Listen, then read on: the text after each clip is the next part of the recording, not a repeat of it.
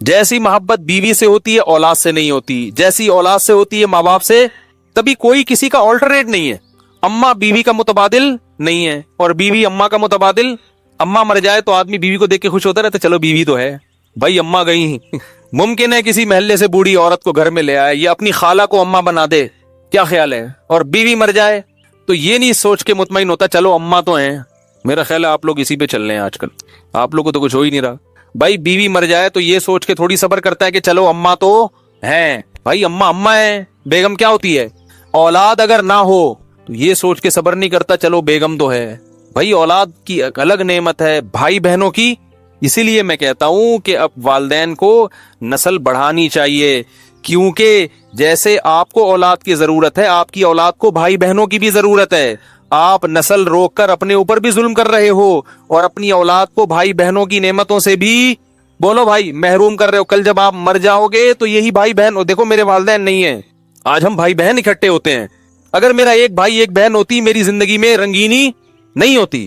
میرے بھائی بہن الحمدللہ کثرت, جاتا ہوں وہ لوگ آتے ہیں ہمارے گھر, گیدرنگ ہوتی ہے, ان کے بچے وہ آپس میں کزن کھیلتے ہیں آپس میں. تو والدین نسل روک کر اپنی اولاد پہ بھی کیا کرتے ہیں؟ ظلم. بھائی بہنوں سے الگ قسم کی محبت, چچا خالہ سے بولو نا یار الگ محبت. ماموں ماموں ہوتے ہیں, کہتے ہیں لوگ, کہتے ہیں ارے ماموں کیا حال ہے بھائی, اپنے دوستوں کو بھی کہتے ہیں نا ماموں. کیوں؟ ماموں کے لفظ میں جو مزہ ہے وہ چاچو میں نہیں ہے, تو اس کو ماموں کہتے ہیں. ماموں میں تھوڑا سا پیار ہے, چاچو میں تھوڑا سا کیا ہے, ددیال ہے نا, ددیال تھوڑا سا ماشاءاللہ لگا کے رکھتا ہے, تو ماموں کہتے ہیں لوگ پیار سے ماموں. چاچو کے لفظ میں وہ پیار نہیں ہے, چاچو تھوڑے سے پخروٹی ہوتے ہیں, تھوڑا سا تربیت, ددیال ہے نا تو اس میں غصہ زیادہ ہے. ماموں میں کیا ہے, تھوڑی سی نرمی ہوتی ہے اس میں, تبھی محبت سے کہتے ہیں ارے ماموں کیا ہو رہا ہے آج کل.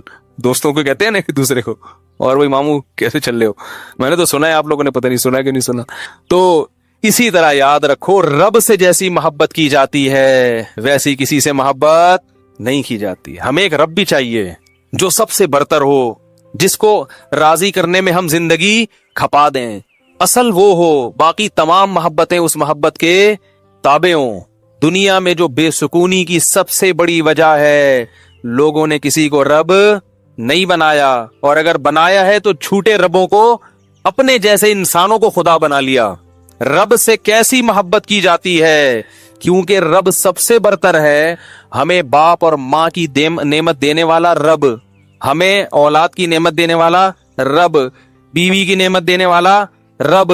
هو الذی جعل لکم من انفسکم ازواجا, اللہ فرماتے ہیں یہ میں ہوں جس نے جوڑوں کی شکل میں پیدا کیا, مرد اور عورت کی شکل میں, سب ایک جنس کا بنا دیا جاتا, تو نہ عورت کو شوہر کی محبت ملتی, نہ شوہر کو عورت کی محبت ملتی, بیوی کی محبت ملتی.